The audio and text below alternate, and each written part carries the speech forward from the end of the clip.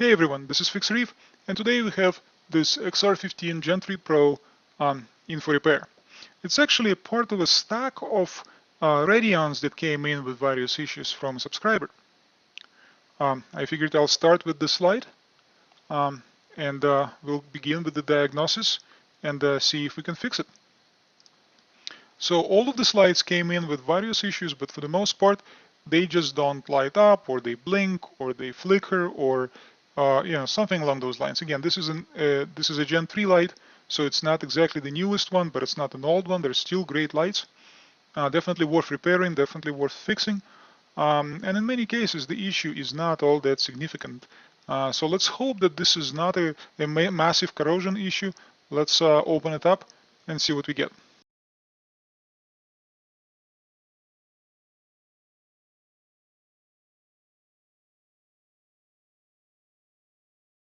All right, on the inside, this looks fairly good. It's actually in a very, very decent shape, decent condition.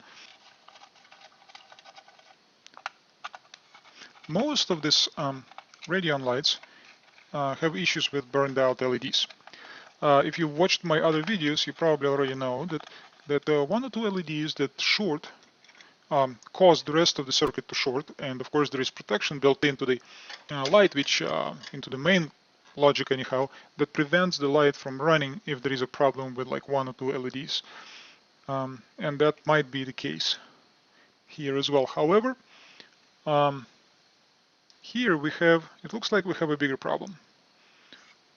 I'm sure some of these LEDs might be bad, but you can see right away that there is a significant corrosion around this one LED over here. This is, I believe, actually we'll have to check, but it's either the violet or the UV light type LED. And the reason there is a corrosion is because of this. I have covered this in my articles, in my other videos as well, because if you remove this Kaplan tape over here, you will see that there is a hole. And that hole is so that the fan cable can be fished through and plugged into this light. Through this hole, you get quite a bit of moisture potentially coming in, and moisture combined with salt causes corrosion. Although they do put a Kaplan tape over it to cover it, it's clear that that Kaplan tape is not always enough. So let's take this board out, let's clean it up, and see if we can replace the LEDs. Everything is dried up here though, so. The other thing that I don't like about this problem is that this is effectively corrosion on this board, and this part is supposed to really be very well attached to the heatsink, or otherwise it's going to overheat now. However, you have this corrosion going on that makes this uneven surface. With uneven surface, you're not going to get really good alignment with the heatsink. So I'll have to see if I can scrape off some of this.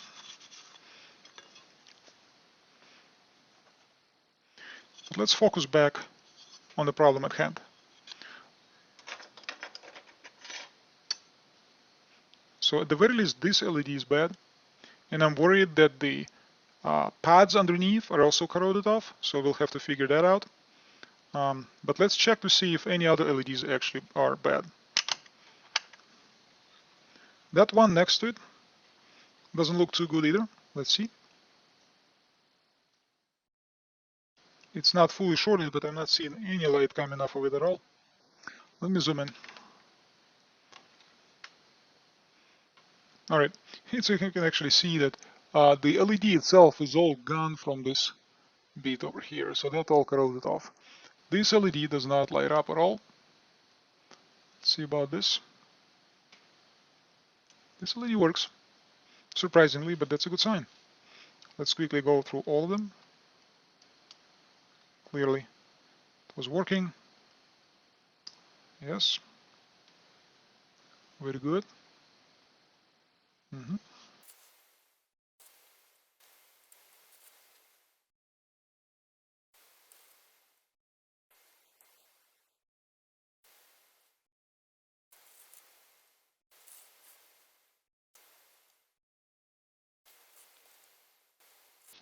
This one does not work.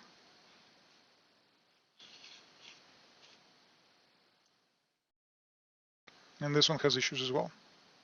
Or so it seems. Okay, so it appears that only UV and violet channel lights are off. And because they are on the same circuit, on the same channel, it doesn't necessarily mean that they are actually bad, although they possibly are. It may also mean that this mess over here is causing the rest of them to not light up off of my low power multimeter anyhow in diode mode. So what I propose is that we remove the bad LED, clean everything up, and retest these LEDs just to see if they would light up again. What I'm going to do first is I'm going to apply a little bit of flux around the bad LED and will remove it on my reflow, and I will be right back. Okay, so the light is back from reflow, and I really just removed the LED, and it's not really looking good. I'm concerned that most of the pads underneath are gone, so we'll need to, you can see that this brownish part here, some of it is definitely the flux, but quite a bit of it is essentially corroded away mess, dust that came from under the LED or a part of the LED. So let's clean this up, see if anything underneath is actually salvageable. Let's add some more flux.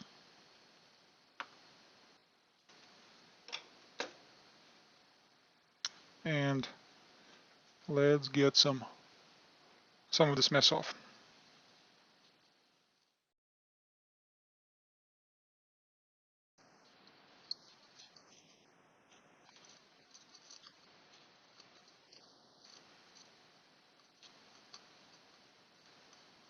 Let me get under the microscope because I can't quite see.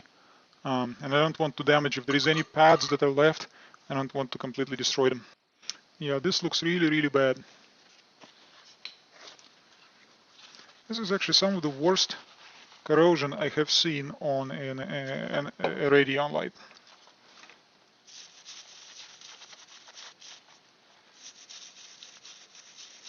I'll try to gently remove all of the brown part.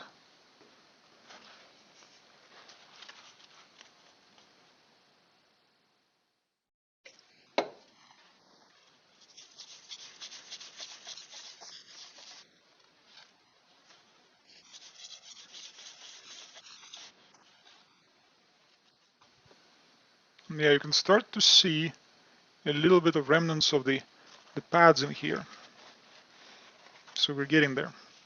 Let's add some flux.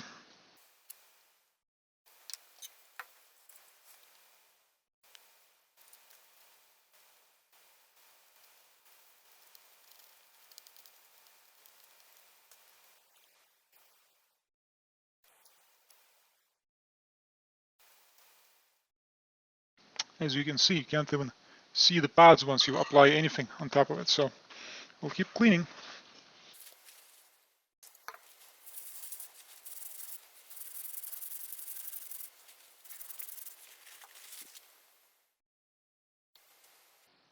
Alright, I start seeing something, and I actually think I see some copper underneath all of this. I don't know how much copper, but there is some rust and potentially copper. So all of this brown was actually rust, which is surprising because usually copper rusts green.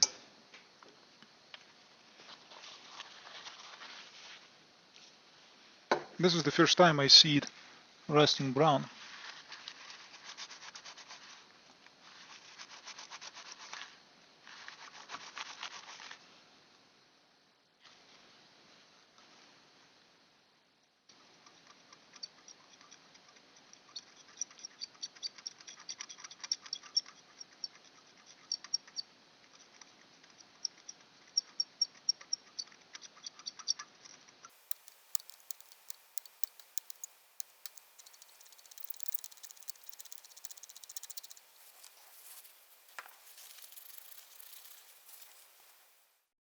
Okay, so it started taking shape.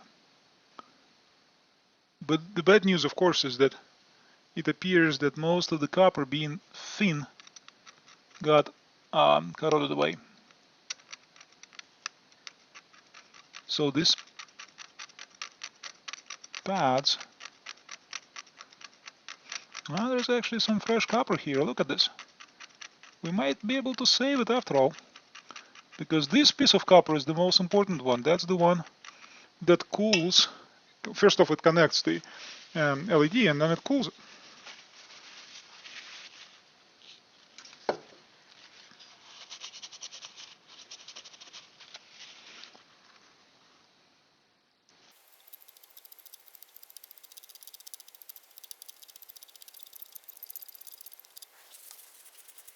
That was a lot of rust, but we got to clean copper. That's awesome.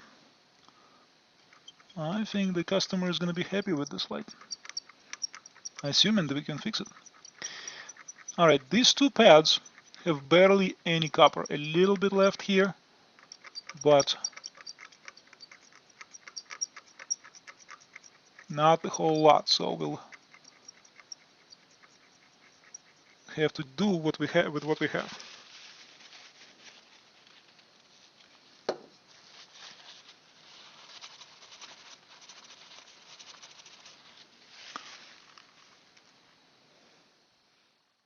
It's starting to look up. Okay, so there is a little bit of copper left on this pad. There's a tiny bit left on this pad. There's quite a bit of copper left on the center, and that's the heatsink. So that's going to be enough to not only connect this LED, but also to wire it up. Now we need to get to good copper on the trace that leads to the LED.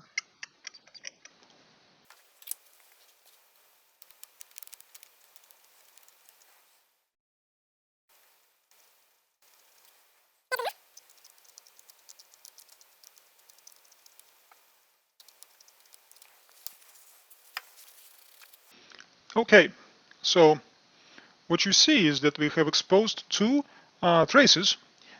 This trace, actually, the copper was gone all the way to this point, right? So this whole trace, for the most part, is gone. This part of the trace is gone, but this part of the trace is good, and this part of the trace is also good. Plus, we have enough copper to attach the LED and allow it to heatsink, or get attached to the heatsink so that it cools off properly. And there is a little bit more corrosion around that I'm going to remove, because I'm worried that if you don't remove this corrosion, it will continue to cause problems. So we'll clean it, all of the oxidation to the clean, either copper or the sub base, whatever. Well, this was quite a bit of work to get rid of this LED and clean everything up. Now the question is, did this also fix the problem with the remaining LEDs on this channel? Which is not necessarily the case, because of how much corrosion was there, and it might have damaged the rest of the LEDs. But let's find out.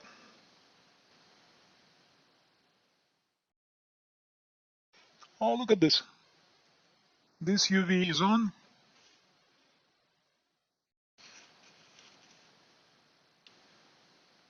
This UV is on. And the violet is also on. So it turns out that all the other LEDs are actually okay. And the reason they were not on was because of this completely corroding, shorting, and causing all kinds of trouble. So I think we have a chance. Now let's move back under the microscope, and let's apply all the fresh solder on here and clean all of this up so that it's nice and ready for the new LED. And let's see what we can do.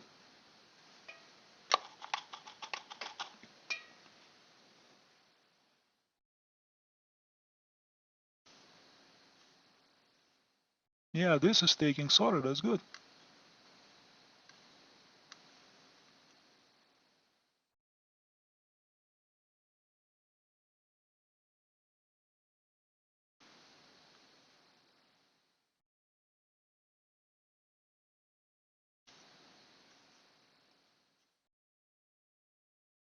Okay, so what happened is that the middle pad took quite a bit of copper, which is always a great sign.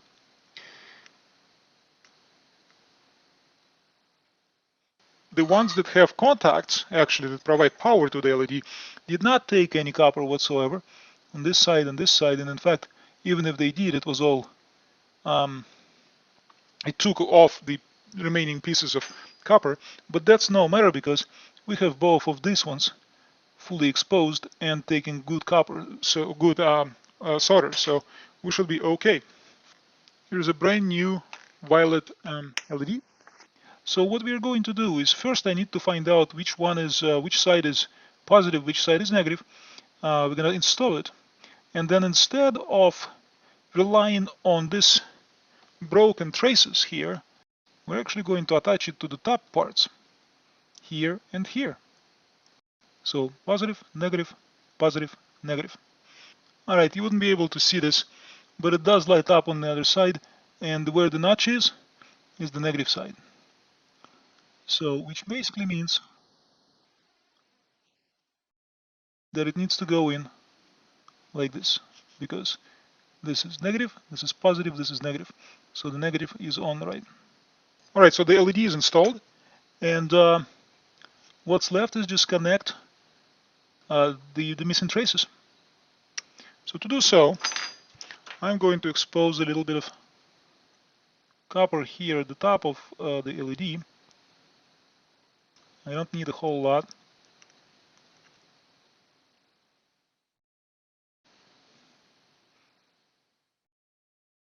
Maybe over here in the corner instead of the center.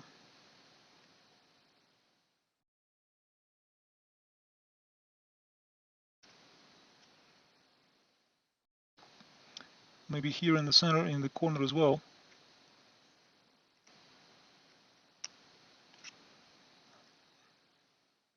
That's good. And all I need to do now is just apply some fresh solder.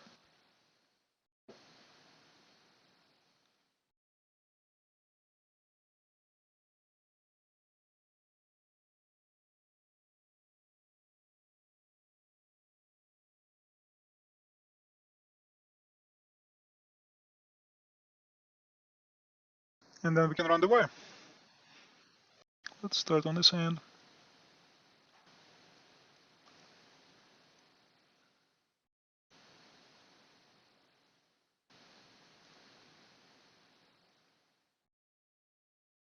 I feel like we need a little bit more flux.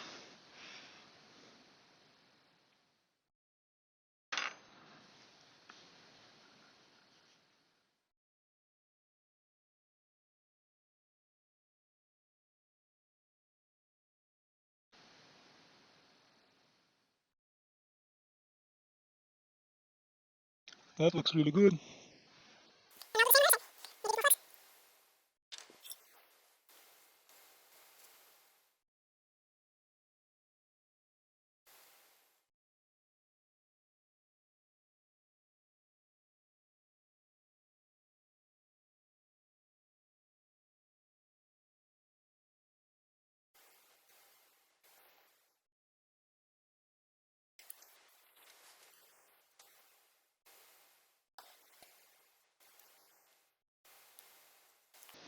And it's done. You need to carefully clean it up.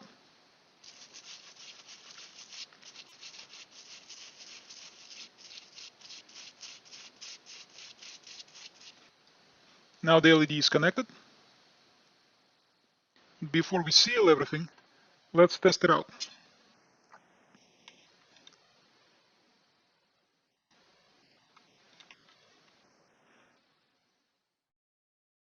This LED is working, and this LED is working. Okay, so it looks like we fixed it all. Okay, so what's left is that in this zoom in, you can see that there is quite a bit of exposed copper that can still oxidize. Of course, the brand new wires that we ran that can also oxidize. So we need to seal this area off really well before we proceed. I will use my mechanic green UV mask.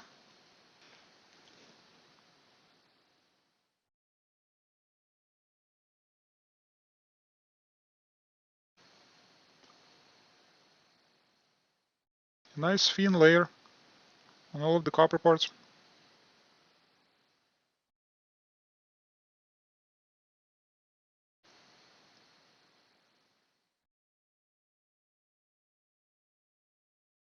We're pretty much done with this cluster, so let's plug it into the light, see if it lights up.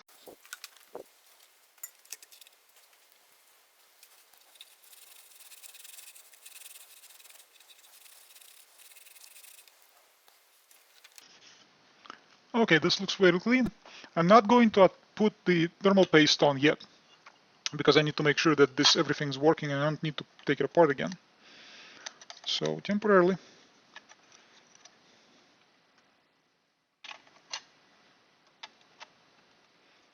we'll attach the fan to make sure that the fan circuit still works. Okay. No, unfortunately it does not work. You can see that it's flashing some lights, but it's not coming on. So something else is wrong. And the light is on. Look at this. The light is on. Okay, so the only thing changed is that we've removed the RF module. Okay, so it looks like the problem was with the corroded LED that prevented the whole light from lighting up. Quite a bit of corrosion, quite a bit of repair required around this one component. Plus, it was clearly a bad RF module. Once we installed the new RF module, everything is good again. Well, this completes this repair. I will put the light back in, I will test everything, make sure that it all works in different channels. At this point, I think that the repair is complete.